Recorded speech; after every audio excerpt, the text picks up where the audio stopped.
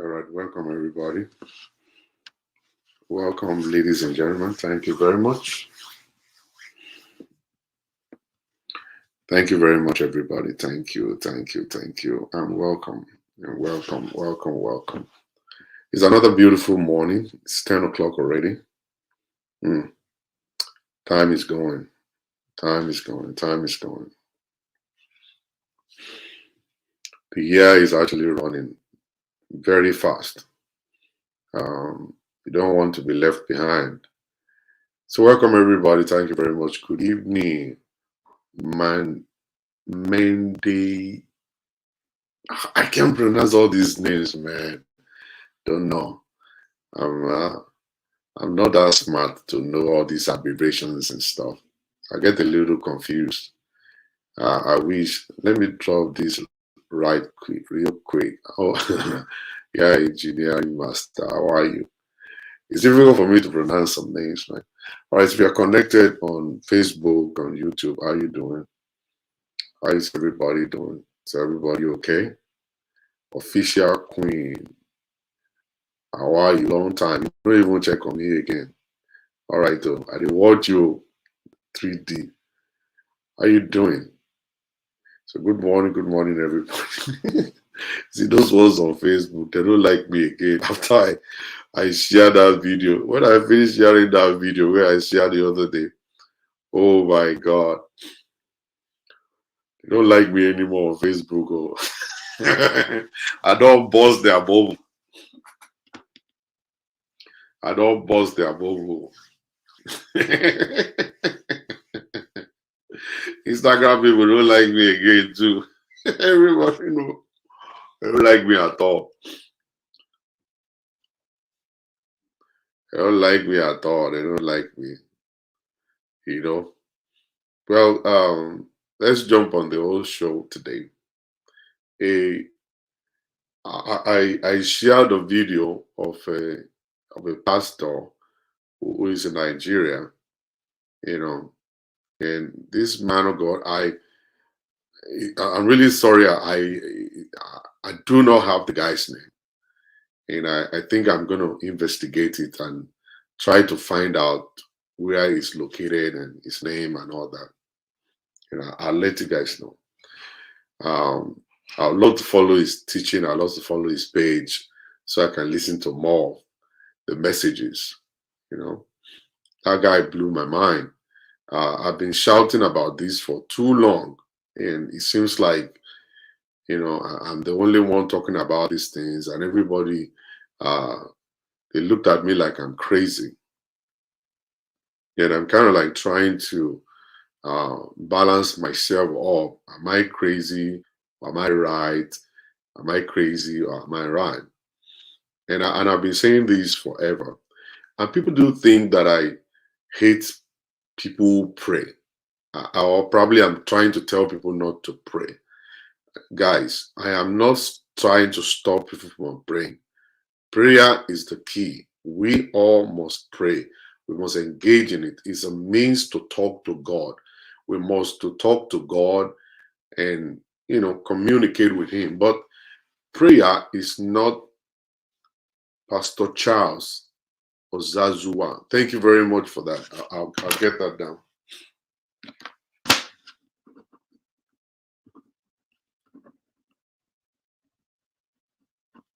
Okay. And thank you. Thank you for the name. Thank you very much. And we must to communicate with God every day. Every day you must to communicate with your God.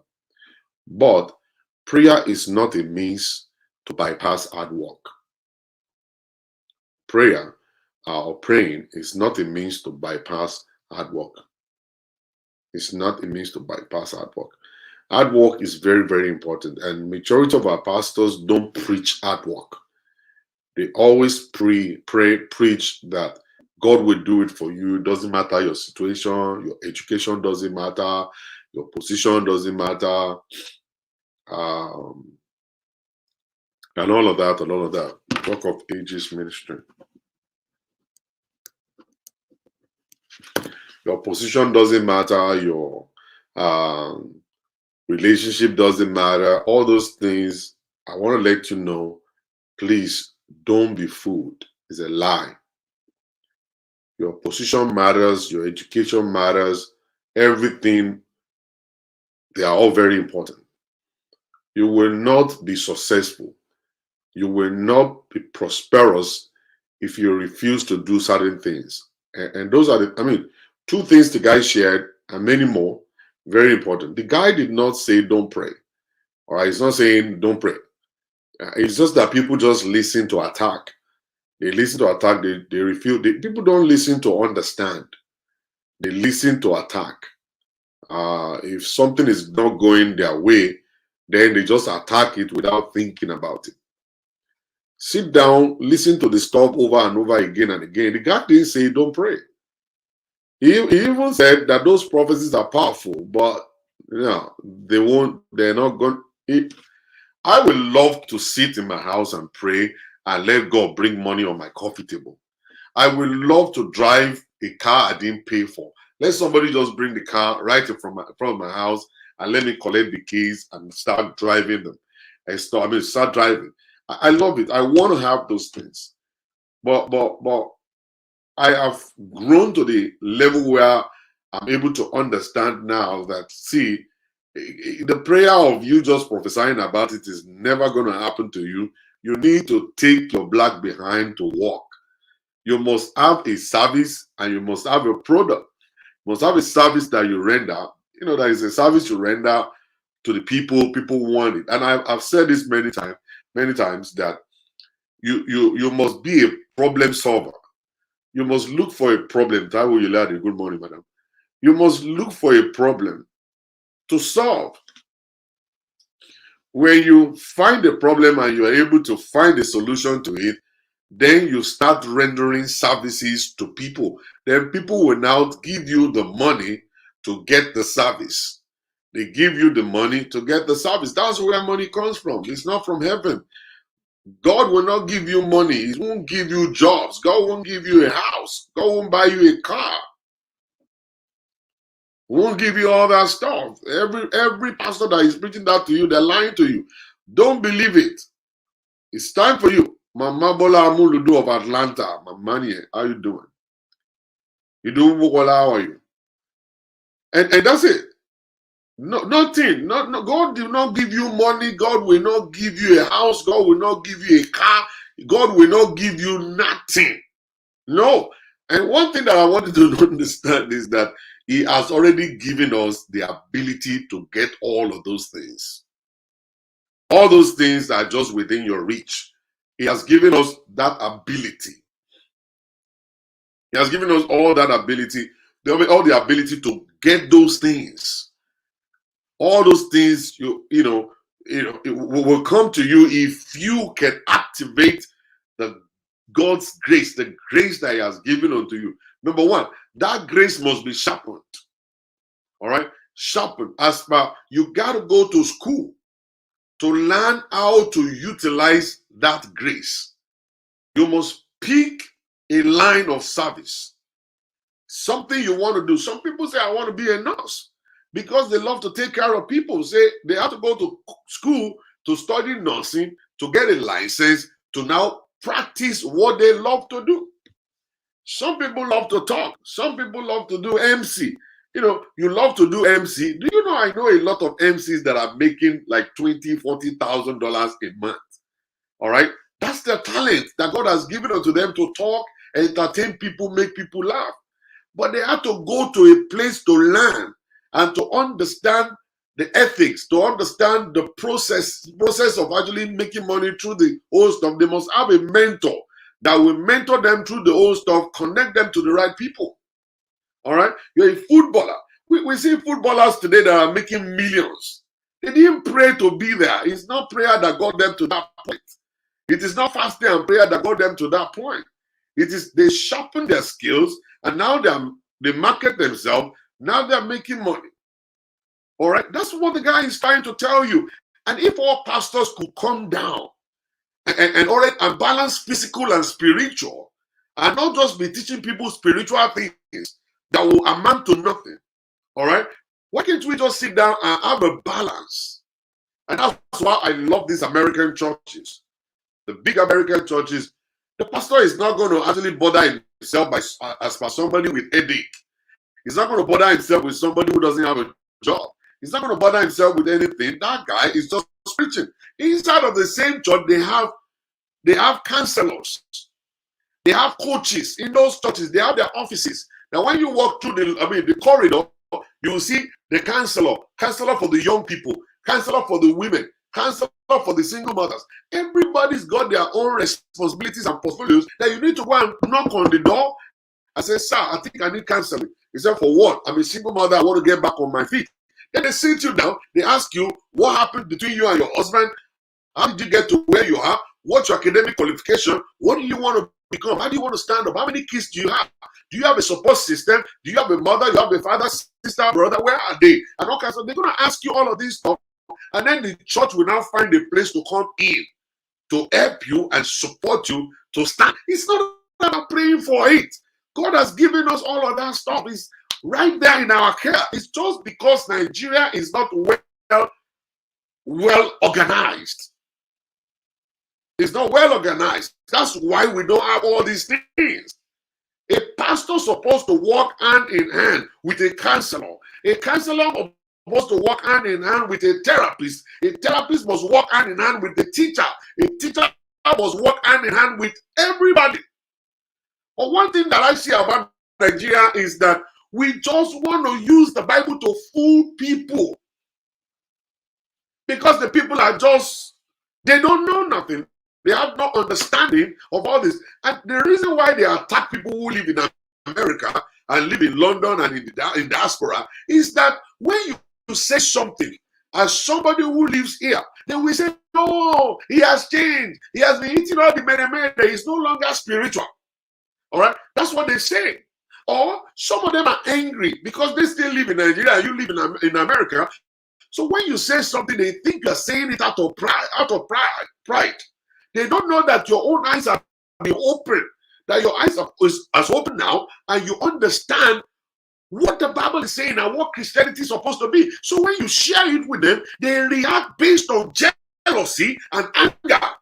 And then they say, they don't want to listen to you. Oh, because you are already in America. You want to come and rule us here? Where you are, do you think is the best place in life? Do you think that is heaven? Do you think that's not what the guy is saying? The guy was lost before, but now he has been found. Now his eyes are open. So to now tell you, no, you're not doing it the right way. All right? Now it becomes a problem for people who live in Nigeria because now they feel you are making them to look like a second-class citizen. Then they fight you. In America here, they just don't pray for people. Some people that are hungry. There's a Baptist church next to me here. Every Saturday when you go to that Baptist church, you line up there, you get food. You get food. They don't pray for people to be filled. They don't pray for people to be filled. They give people food. All right? It is not from heaven that the food will come from. It is people here that must give it. So they give people food, all right? And people go home and they are blessed. They eat it as they are being trained. And then on Thursdays, they call people to come here. They call people to come to the church here and they sit them down and ask them about their skill. And I've said this many times. You know, if you see, education is not just going to college. It's not just going to college. There are times whereby you do education that you are learning skills. All right?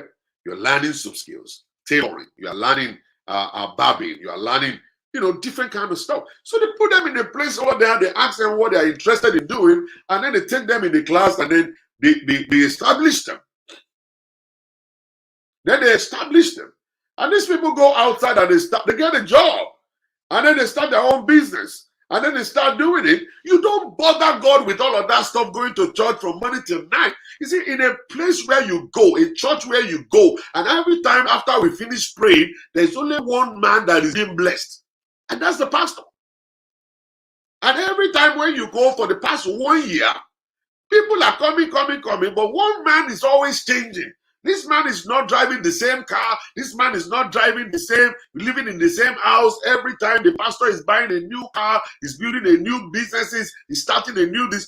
Because you are the ones, the general people, like the 200 people, the 300 people, the 1,000, 5,000 people are giving their money to one guy. Even though the money is little, little drops of water makes a mighty ocean. It's a game of number. When you are 5,000 in a church that you only come and pray.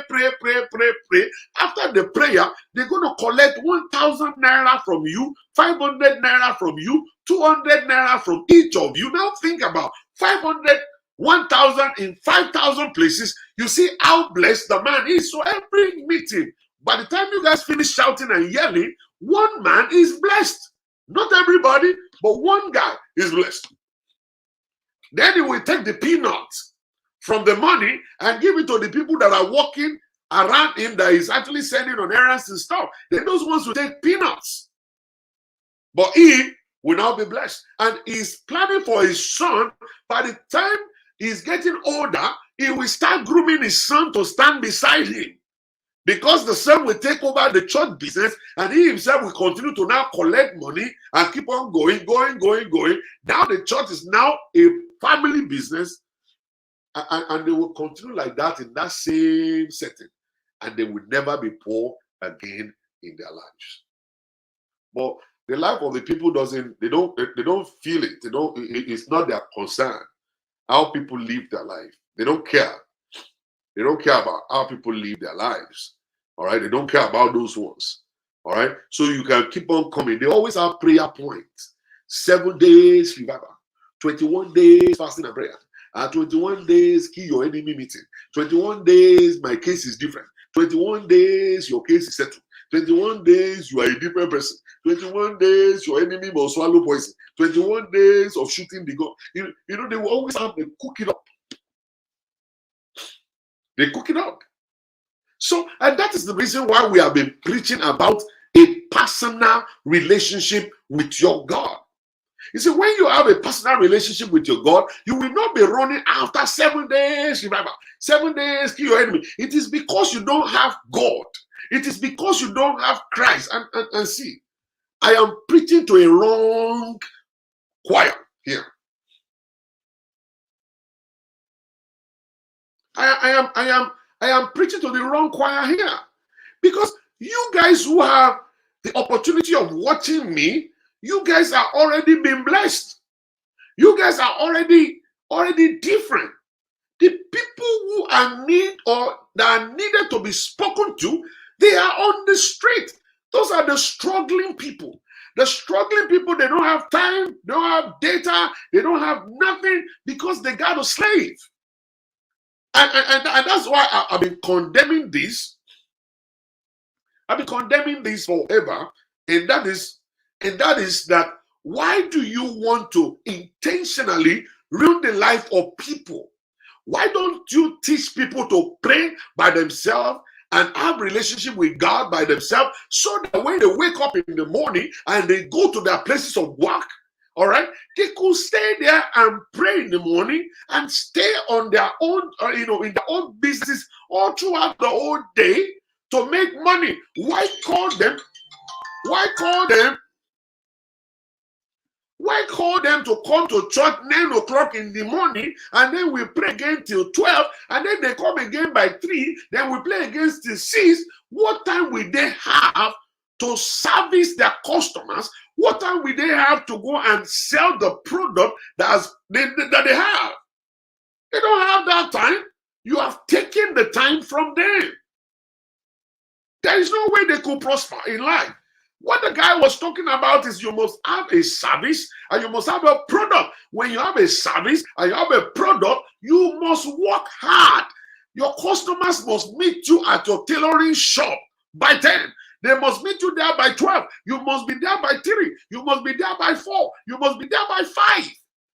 As you're sewing your clothes and sewing your dresses, you can pray to God because you have a personal relationship with God. But what that is going to do to a lot of pastors is that they want to bring you to collect you. They want to bring you to the church so they can collect that 1,000. They want to collect that 500. If they are not able to bring you, then the money is not going to come out. Then it's not going to come out. So they will devise a way to bring you in the morning and bring you in the afternoon and bring you 21 days straight and bring you 6 months straight and then bring you on Sunday to preach tight to you, and then they collect. At the end of the day, you will find out that 90% of the money you are making that's supposed to be used for your children and yourself will be given to the pastor. All in the name that we are giving to God. All in the name that you are giving to God. But don't forget, God has given himself to you. He has given his own life to you. God doesn't need your money. Church needs your money.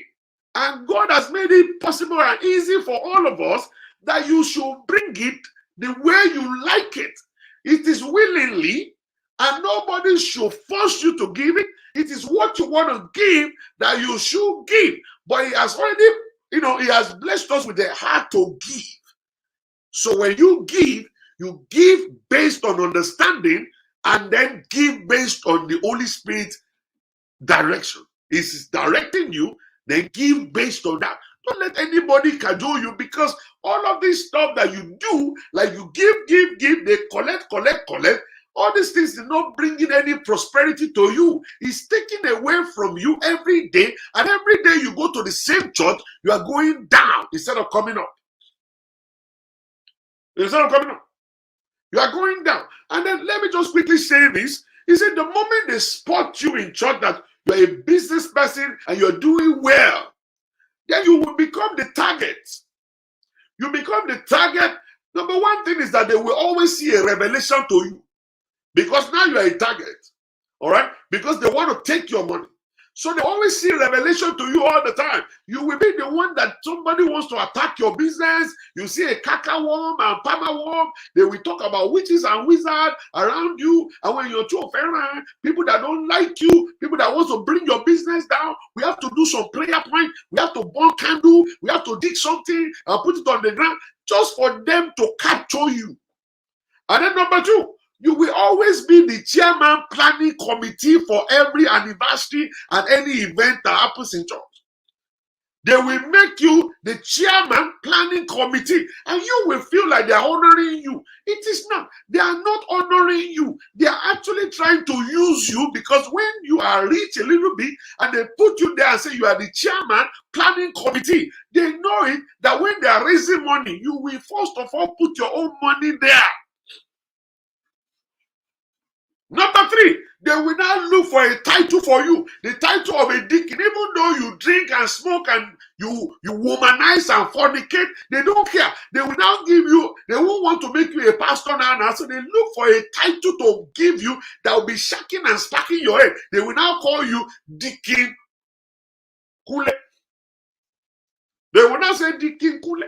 And you too, you'll be bearing Deacon Kule that is drinking good all around the place. Deacon Kule that is going into one hotel or the other. Deacon Kule that is validating all women. They don't care. What they care about is that money that you are making, so that they will collect their own from there. Number three is that your wife will become a special duty committee person. Because your wife is actually the instrument that they're going to use against you. And that is why a lot of women are gullible. A lot of women, you are not even seeing anything. You're supposed to understand the reason why they have a relationship with you is because they want to penetrate your husband. They want to get over to your husband. And the only way to get your husband is by them having a relationship with you. And when they tell you something, there is a Jezebelic spirit against the prosperity of your husband. There's a woman somewhere that is planning something against your husband. They know that your wife will start running. Your wife will start coming. Kinika says, I don't want anybody to destroy our prosperity. Our prosperity is of God. Then they put your wife under fasting and prayer. They will say so. Agbagba meje ma pray. And then during the Agbagba meje, we have to give each Agbagba 100,000. Then they collect 700,000 from your wife. And you will not know, because your wife is collecting it from you and then will give it to them. And then the time will come, they will now think about it. To get more money, let us bang her. Then they now bang her. now, the moment they bang her, there is a secret between the two of them. Husband must not know. People must not know. And now, she'll become a tap.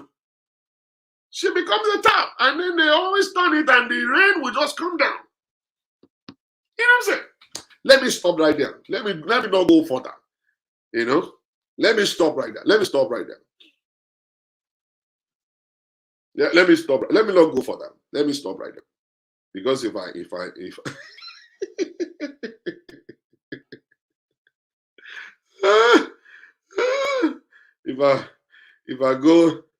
I go too deep, it's possible for some people to get angry. I don't want it. I don't want anybody to get angry. Not today. Not today. Not today. Yeah, don't let me go further. Let me leave it alone. Àbọ̀rọ̀ ni wọ́n sọ fọmọlúàbí tó bá dé náà ó yẹ kó tó di àbọ̀rọ̀ náà sọ fọmọlúàbí. Àbọ̀rọ̀ náà sọ fọmọlúàbí tó bá dé náà á dòdìdì. And that's it. Let's just keep it like that. Let's not go. Let's not go on. Let's keep it like that. Let's keep it like that. It's so many of you don't have anything for your future. You have given it all to pastor. No, none of you. You don't have nothing. Let them come and ask you, what do you have? What do you have? Nothing. You got nothing. You don't have anything. Nothing in your hand, nothing in your pocket, nothing in your bank account. Nothing. They teach about false fruits. They teach about sacrificial giving. They teach about all this stuff. And they have used all of that stuff to just collect, and they have enriched themselves. And you are just there, just looking like mumu. Nothing. Your children are suffering. They couldn't do nothing. All in the name of you are giving to God. All in the name you are giving to God. It's a terrible thing that you didn't wake up. You need to wake up now, 2023. Wake up now. All throughout 2021, 2020, 2019 was a year that everybody should have woken up. A year God used the lockdown to open the eyes of people, to tell people something, to prove to people something is that I need you. I want to have a relationship with you personally. Personally. I don't want to offend anybody now, but if I should become the president of Nigeria, the very first thing I will first of all do is in the next 1-2 years to shut 100% of the churches now first. I will shut 100% of the churches in Nigeria. I will shut them down first. All right? They can have the keys to their buildings and stuff, but I will shut the old churches down first. And then the second thing I'm going to do is to make sure all of those churches are registered properly, that we, the government, we will be able to penetrate and see how they're spending money, and we now get auditors to visit churches. Probably the first thing I'll do. But I know they won't vote for me. Nobody will vote for me. It's gonna be zero like Bakari vote.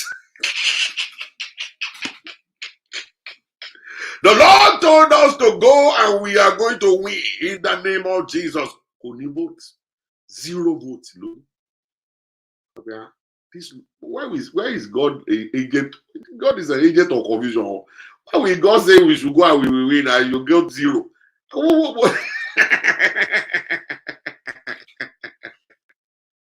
Let me leave it alone. Let's not talk about it. Let's leave it alone. Let's leave it alone. They won't vote for me. They will never vote for me. They will never vote for me. Like Nigerians won't vote for me. If I go there and I say this is what I'm going to do my first year in office. My first year in office, I am going to shut all churches down. They will never vote for me. They will not vote for me. And I'm not shutting them down permanently. I want them to register. They register under the government, and we will audit their account. We'll go there and audit their account. If the pastor is chopping more than church members, we'll shut the church down.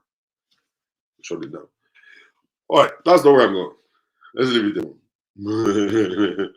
because the spirit Coco will come down and say, how will you worship God? If you just be telling that, how are we going to worship God? They don't have any understanding that you are the temple of God. Well, God is still worshipped. If there is no church, God is still being worshipped.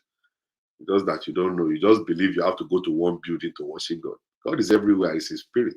And those that will worship Him in spirit and in truth.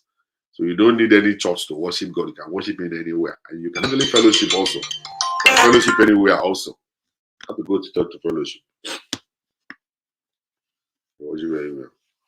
Well, let's leave that alone. Let's go to the story of today. And this is just to encourage some of us who are there. And it's actually related.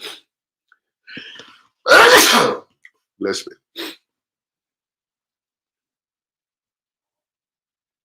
Um, Pastor Zola, even some Nigerian churches here don't declare every expenses to church members. I know. I tried it. Actually, you church members are not good people too. You church members are terrible. I tried it when I was pastoring Lighthouse in New York. I wanted to be transparent because me, I'm a good guy. I'm a good-hearted person.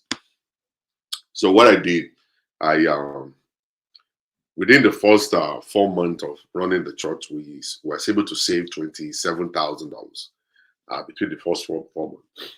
So I declared it to the church. I came out and said, "Praise God." I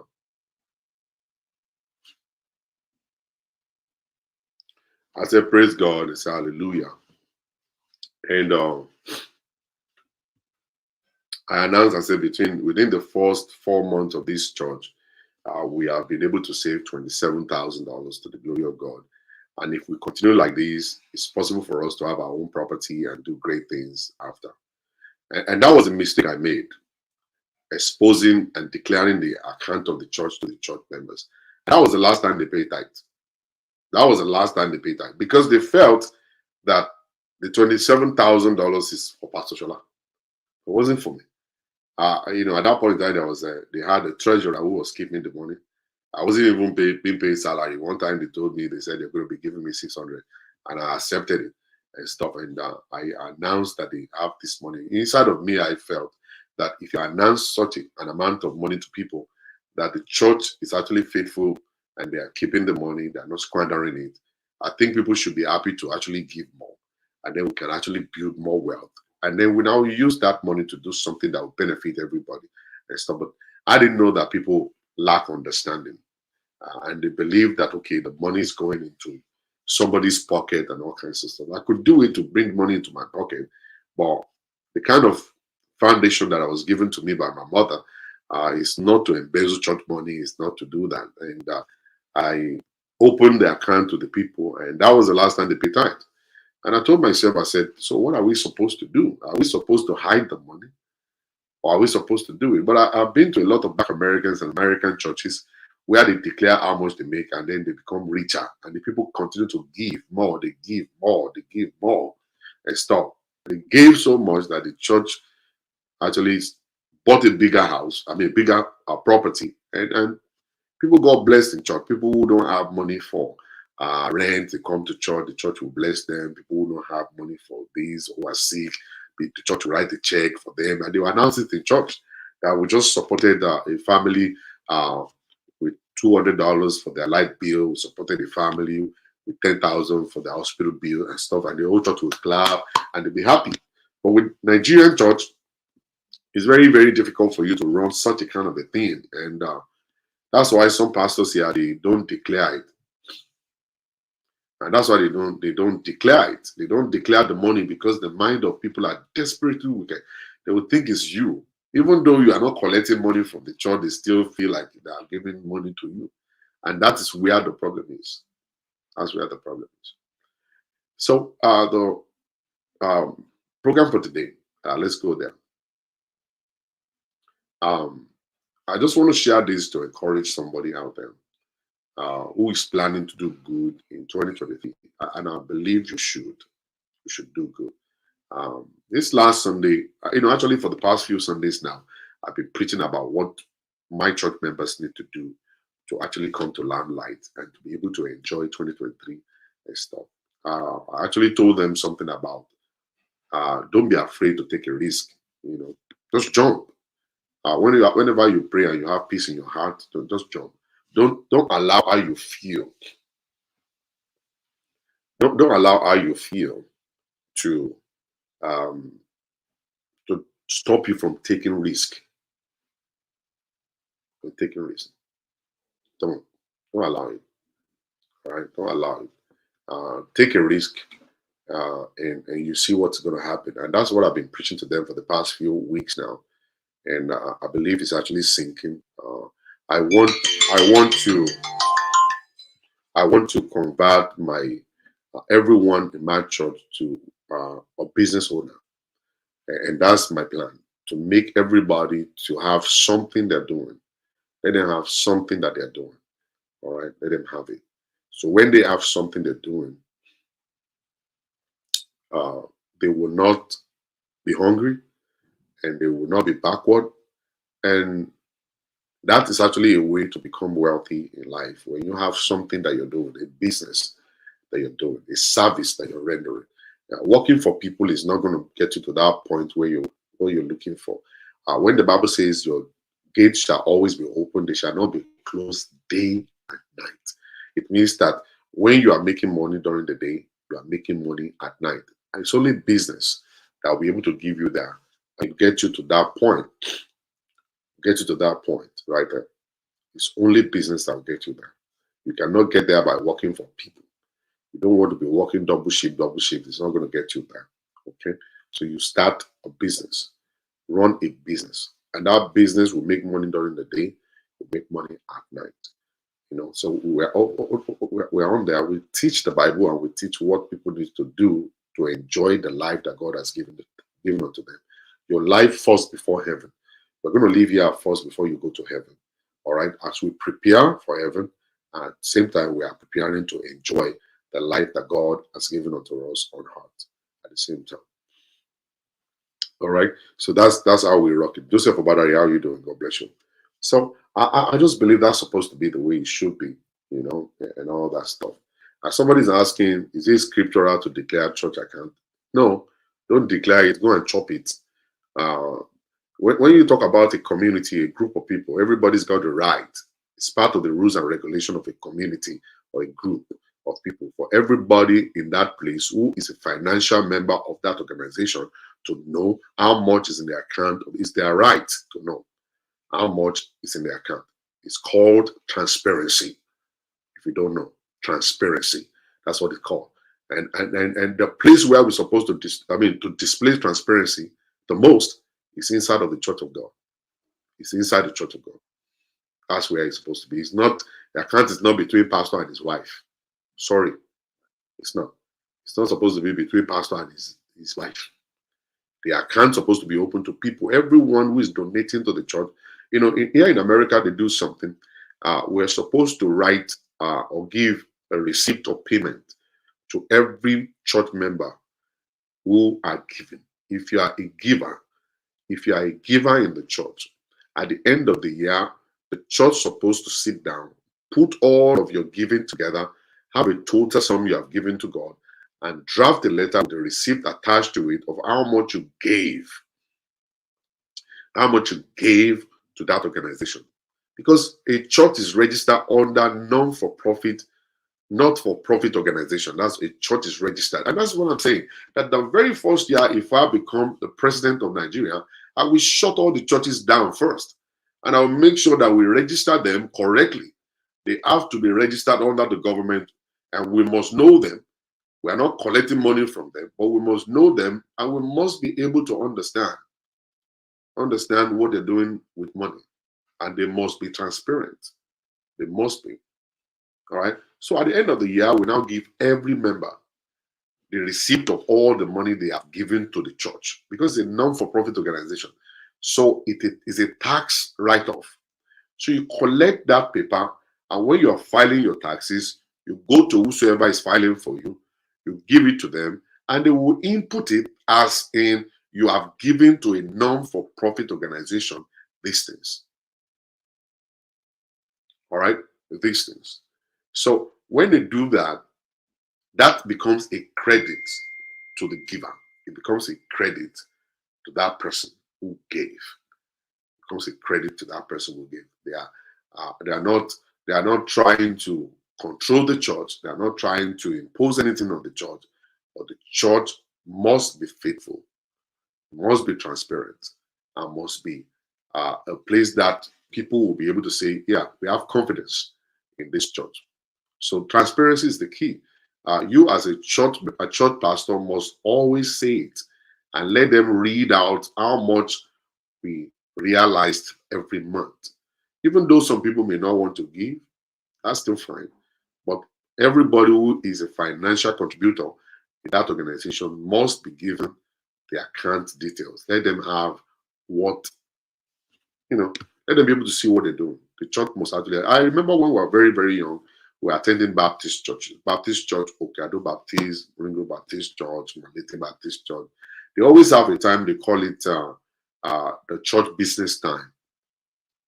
And then the church business time is when all of the departments will come and give reports. The pastor will give report of all his own duties. The secretary of the church will give report of every activity within the church. Then there will be a financial report. During the financial report, the financial secretary or financial treasurer or whatever they call him, we actually make a printout of the account. And they will make copies and they will distribute it within the church. Everybody will have their own in their hands like this. And then the treasurer or the financial secretary will now read the financial report, how much they got, how much they spent, how much pastor salary, how much they gave the needy, how much is left in the account. Everything will be inside of that report. And I remember in those days, my dad created a file in our house that each of those papers will go into a file every time they held that meeting. So now put it there and put it there and put it there. So at the end of the year, there will be another end of the year account that this year we made 200 million naira from church, and we spent we spent 190 million for this, for this, for this. So presently we have this amount of money in the account of the church. That's what transparency is. That's a Baptist church. Anglican church, they do it too. It is all of these Pentecostal churches when they come up, then they start hiding money. And people have no right, they don't have any right to know how much is the account of the church. Pastor wants to buy a jet, pastor wants to do this, pastor wants to do that. And that's what is causing all of this stuff. And that's the reason why we're having all these pastors who are actually scamming people. And I want to encourage people that are watching, any church you go to that the pastor is not transparent, you don't want to give them a dime. And that's why you see, I think you should go and do this investigation if you care to. The rich men in Africa, they don't give money to Pentecostal churches. They give their money to Anglican church, Catholic churches, and Baptist churches. Go and check it out.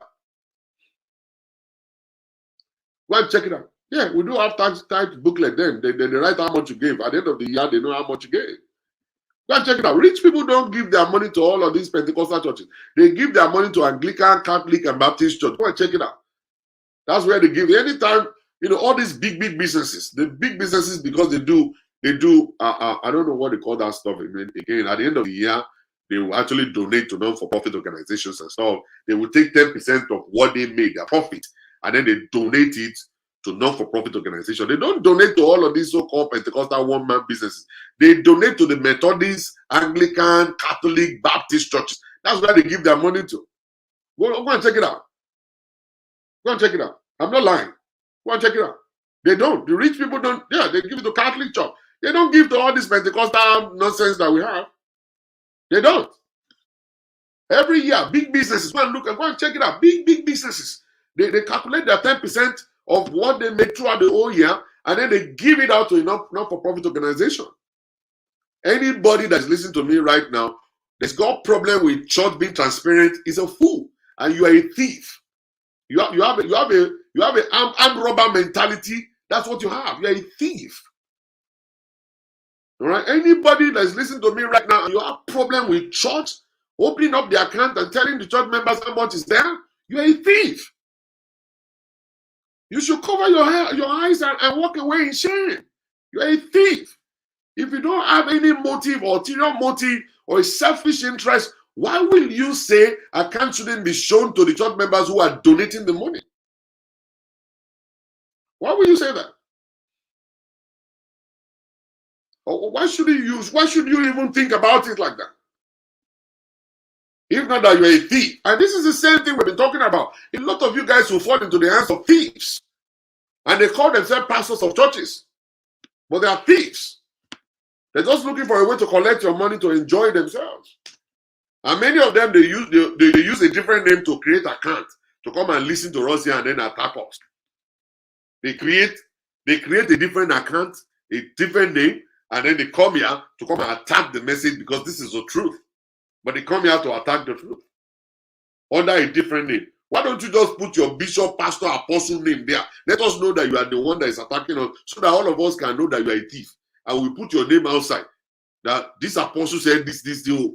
But instead of you doing that, you go and create a different account with a different name. And you come here to come and attack and say, no, I disagree. No, you are not speaking the truth. No, you are not the best. Shame on you. This is so simple. This is a very simple truth for everybody to understand. Let me go to the message. So, I just want to use this to encourage people. Just to use this to encourage people.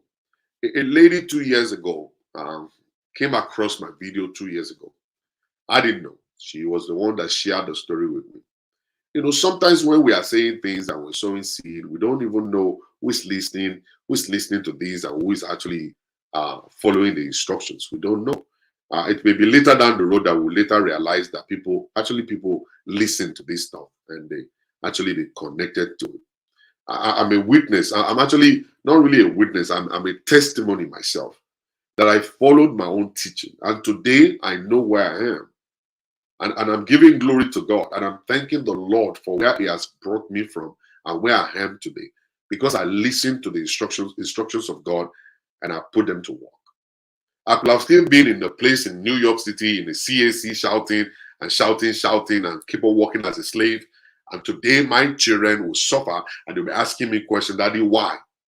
Daddy, why? But I so much thank God that I left a place where I've been worked like a slave. All right. And I left the place, I walked away from there. And I listened to God. All right. I listened to God. I walked away from there. And this is where I am right now. And I want to let you know that I'm a testimony myself. You know, people who knew me when I started would testify to what I'm talking about now. What I'm talking about. People who knew me when I started. When I started with CNC and all kinds of stuff, you will remember. I worked like a slave. They never gave me any position in that church. And I worked like a slave. I worked like a slave. All right? Go ask anybody who knew me in those days in CAC. I worked. People didn't even believe I was a pastor then because I was walking like slave. I was doing what other pastors didn't do. I was doing those things. I wasn't sitting on the high table. I wasn't being decorated. I was the one on the street. I was on the street. On the street. You know, I was on the street. I'm with them. But I just thank God that God brought me out. God brought me out of He brought me out of that setting to rearrange my life and then to press the reset button in my head. And you know, today I just give glory. I'll give all glory to God. I thank God for where I am. So this lady, and that's why when I'm talking, you know, there are so many ladies I've spoken to in my church. I asked them, I said, have I invited you to meet me in a hotel? They said, no. Have I asked you to give me money? He said, no. I said, so anything I tell you, I'm telling you because I want your life better. I have not asked you. I've not asked you to give me money. I've not asked you to meet me in a hotel.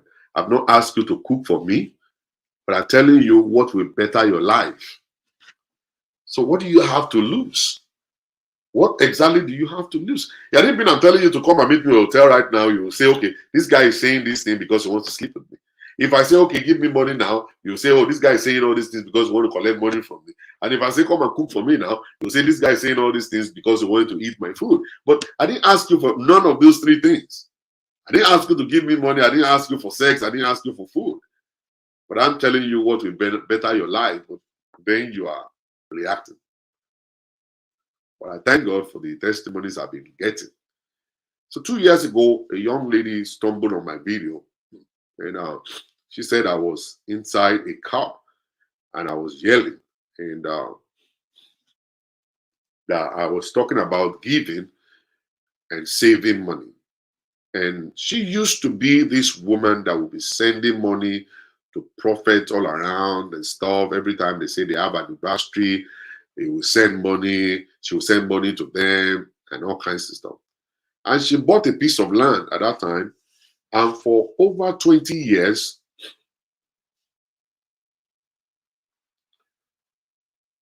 for over 20 years, that she couldn't build the house. She couldn't build the land. She drew the plan, approved the land plan and everything, but she couldn't, because by the time she would make money, she would give it out. By the time she make money, a prophet will call, a pastor will call. So she listened to my message, and that was when she made up her mind that she will. That was when she made up her mind that she will never again send money to any pastor or any prophet. And she will pay her tithe in her church and do whatever support she could, and that's it. And she started doing that 2 years ago. And the money she was squandering before, she started putting it into construction.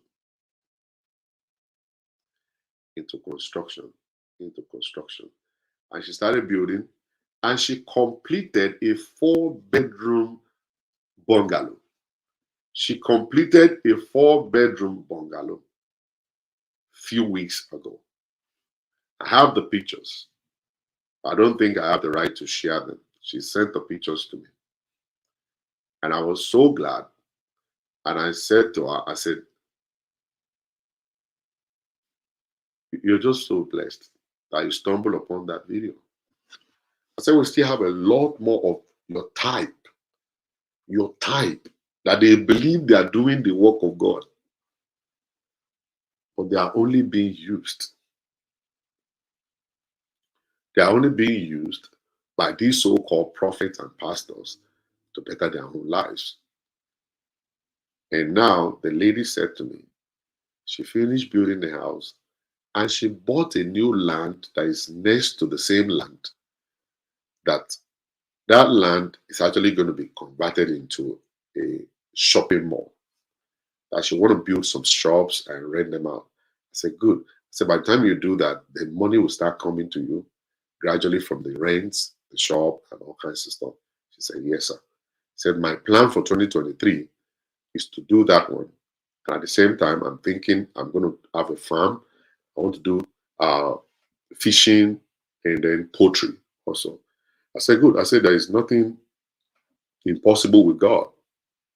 You can get all those things done. I said, but one thing I want to remind you, never forget to give to the work of God. And she said, yes, sir. I will never stop doing that. I'll pay my tithe in my church. I don't care if you call it tithe or not. I pay my support in church. And whenever it's necessary, I'll give. And she said, Pastor, please, can you send me your account number? I said, no, sir. No, ma. You don't give money to me. I was like, no. I'm not giving money to you, sir. I'm giving money to the work of God. I said, okay. Thank you for that. So I sent the account information and she sent some money to me. And I called and I blessed her.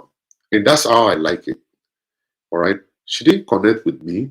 She connected with the message. She didn't call me all that time. She only listened to the message and she worked with it. Now giving me money right now for the ministry is something that gladdens my heart, because now I know that a miracle has already happened to her. It's not like she's expecting the miracle while I'm collecting money from her. The miracle has already been done. She bought a new land. She completed the other house. planning to do some other things, and now she feels like I need to sow a seed, and now she's doing it. You will find out that God will open the windows of heaven upon that woman, because it's a willingly she opened up her treasury to me. I didn't ask her for it. I didn't say before you can get prosperous, you have to pay money. I didn't say bring money or whatever. No, I did not say that. She listened to the message and she went with it, and she was able to save the money, and she completed the house, and that's it. And I want to challenge you. You're listening to me. There is no small money, there is no big money. Every money in money. $10, $20, 1,000 naira, 2,000 naira. When you keep it, save it, in 1 year, you will know how much you have in your account. All of this, you're struggling. I can't buy a car. I can't buy a land. I can't buy this. It will be a story. If you save that money that you're squandering, that you're throwing all around, you're the one that is on the shadow of the monkey prayer line, and shadow of the dagu prayer line. You are the one on kill your enemy prayer line. You are the one on the killing prayer line. Every prayer line, they collect money, and then you send $5 to this one, $10 to that one, $100 to that one, $10 to that. And every time they say, I will not take anything, I will not go to the presence of my God with empty-handed. And every time you donate, at the end of the month, your salary is gone. It's gone. All these places you're jumping to, they're collecting all your money. Keep that money for yourself. Keep that money for your children. Keep that money for the rainy day.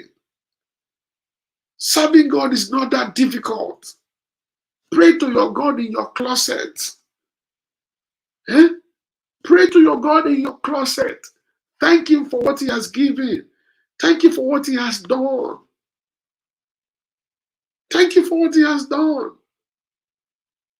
The church where you are being serviced, that place where you go, pay your support there. Support that ministry for them to keep it going. And that's it. When you start going from one pastor, to another prophet, this one we collect, that one we collect, this one we collect, that one we collect. At the end of the time, at the end of the month, your money is gone. You got nothing to save, nothing to fall back to. And they will now be telling you, manna from heaven. God will bless the work of your hand. Nothing is coming. What you have is what you have. God will not bless someone that do not understand how to respect money. If you don't respect money, money will flow away from you. It is the money you respect that will stay with you. Respect money. You have labored so hard to make it. It's your sweat. Save it for yourself. Save it for yourself. Save it. That woman just got a house now. She stopped paying house rent. And if somebody stopped paying house rent, and you already have a house that you live in, don't you think that the money that she was using to pay house rent before will still be coming to her? Of course. The money is still her money. And that money will continue to go into her pocket, and she can build a second house and rent it out. And then more money is going to come to her pocket. And she can build a shopping mall and start collecting rent. And that's going to be coming to her at the same time. And she'll still be supporting the work of God. Either you like it, you don't like it. She is doing the will of God. Maybe she's not squandering money and sending money to you, but she is still doing the work of God. Wake up, people. 2023, finish your house. 2023, buy that car. 2023, send your children to college. 2023, save money. Have money in your savings account. In 2023. You can hate me all you like. You can dislike me all you like. But one day you will actually remember this day. Like that woman remembered it. That one pastor said it. And I started saving my money. And today, I'm a house owner. You don't have nothing. Your pastor has got houses in Cancun. He's got houses in Las Vegas. He's got houses in Abuja. He's got houses in Ibadan. Vacation home everywhere. You don't have nothing. I pity you. That's why I'm preaching this message. You got nothing to show, nothing with you. You have nothing. Instagram, I'm about to shut it down. I will come back again with another video. You can join if you want. And if you want to watch the whole video, you can go on Facebook. All right. Instagram, I'll be back. All right, let's shut Instagram down quickly. And then we start a new one for Instagram. So that they can enjoy the rest of the video if they want to. You see? You cannot build a house, you are turning 50, 60. You have squandered all your money, giving your money to church. Different ones. All right? No house. Nothing. Do you know that when we talk about retirement, the moment there is a house available, retirement is bouché. Retirement is bouché. When you have a house, are you going to retire in a rented apartment? How much do you think government is going to be giving you as a, what they call that stuff, gratuity and pension? Some people died after how are you doing, my brother? After retiring for the past 50 years, they didn't take a couple. Government didn't give them a dime. You don't have a house of your own. You are giving money to pastor all around. When you retire, they won't let you live in church. When you retire, they won't let you live inside church. Think about it. You don't have a business that will bring money to you. You are doing the work of God, giving money to pastors. When you are old, who will be feeding you? Oh, you want to use your children? You want to use your children as a insurance. If your children didn't get to make it in court, I pray your children will make it all. But you have to think about it. They struggle for a while. And they couldn't give you a dime. How will you live your life? God is not going to come down to feed you when you are old. It's just a lie. All of those things that they tell you in church is a lie, is a gimmick, is a lie from the pit of hell. You need to wake up now. If you have a house, retirement is made easy. If your children are giving you 10 naira, 20 naira, 100 naira, you will eat bread and butter and drink water on top of it. That one will keep you going. You'll be able to pay NEPA, buy NEPA card and put it. If you don't have a house right now, when you retire, when you become 70, 80, they won't let you sleep in church, yo. They will not. The church won't give you cover. They will say they are not running a charitable organization. All right. They might help you first time and say, Baba, you have 1,000, you have 2,000. They will help you for a while. Next week. You will be so ashamed of yourself to go back next week and say what the color one church she did. And that is why you need to plan now. It is now that we plan for the old age. The moment you get your own house, when you get your own house, okay, that you are living, you are not paying bills anymore. Retirement is easy. Your wife and yourself will be there. Your children may give you this amount and about 100,000, about 200,000. You can keep it in your bank account and be able to eat with it. This all that I'm talking, it doesn't make sense to some of you. You will be there looking at me like I don't believe in God. I am super born again than you ever believe it. Ever believe it? The pastors you are giving money to, they already have 17, 20 houses. All right? They have 17, 20 houses all around the place. All right? Their children are catered for. Your own children don't have nothing. What have you done for your kids? You say, education alone, that's all you are giving to your kids. Your kids will start struggling and start suffering. All right? So whatever it is that you do now, as you are doing whatever, you're saving your money and you're preparing for the days of old, and then you're preparing for your children. You're supposed to give them a kind of a foundation to sit upon as they make their own money. Go and check all the pastors. That's what they're doing for their children. Check it. Check it. How many of our pastors are their children starting from zero? Check it. All of them are pastors.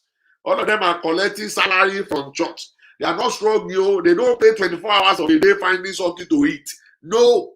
All right? And those kids went to school too. Their father gave them a starting point. A starting point. But that's where you collect your own money from office. You face church. Don't give it there. Sowing seed. It is this seed that have killed a lot of you.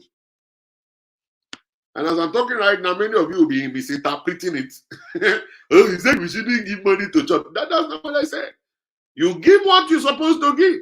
What are you supposed to give? A monthly amount of money to give to support the church is compulsory that you give it. Give it. Don't be going to 10 churches and 15 churches to donate money all around. And prophet coming to your house. Every time prophet will knock on your door. They came to pray for you to collect your money. They come to pray. Whenever they call you on the telephone and they say, Mommy, I died for you. What are you talking? Bàbá yà yín lẹ́nu àwọn ọmọ yín á dáàbò bò wọ́n lórúkọ Jésù ẹ̀mí mímọ́ gbàkóso jà fún ọmọ rẹ̀ Jésù Olúwa wa àmín ẹgbẹ̀lẹ̀ mọ́mì then mọ́mì ò náà ṣe ẹgbẹ̀lẹ̀ pásọ ẹ ṣe gan-an ẹjọ́ ẹ bá mi send the Zelle account yín kí ni Zelle account yín sà wọ́n ti achieve ẹ̀ what they are trying to do they have achieved it because the moment they finish praying for you like this you'll be asking for account number asking for Zelle and be sending money to them. The day your pastor will say, Madam, no, I didn't call you because of money. That's the day you will understand you're actually under a pastor, a good pastor. That he will pray for you, finish, and say, Madam, please don't send money. I didn't call you for money's sake. Then you know that you are actually under a good pastor who loves you, who cares for you. All right? Who cares for you. You can hate me all you want. Hate me all you like. It's not going to stop me from saying all of this stuff I'm saying right now, because what I'm saying right now will save you later down the road. Will save your life later down the road. So many of you guys are supposed to be business owners now, but the money you're supposed to spend doing business, you have given it out. Giving it out. You know, they preach to you, cast your bread upon many waters. Keep on giving it. Giving it. Africans, I don't know where we are from. I don't know. Let me leave you guys alone. Let me not bore you guys. Let me not bore. I'm boring you guys. I have some other stuff I got to do today. So I'll see you guys later tomorrow by the grace of God. Have a blessed morning. And remain connected to Jesus. I love you. Bye. Bye, guys. Bye. Have a beautiful day, everybody.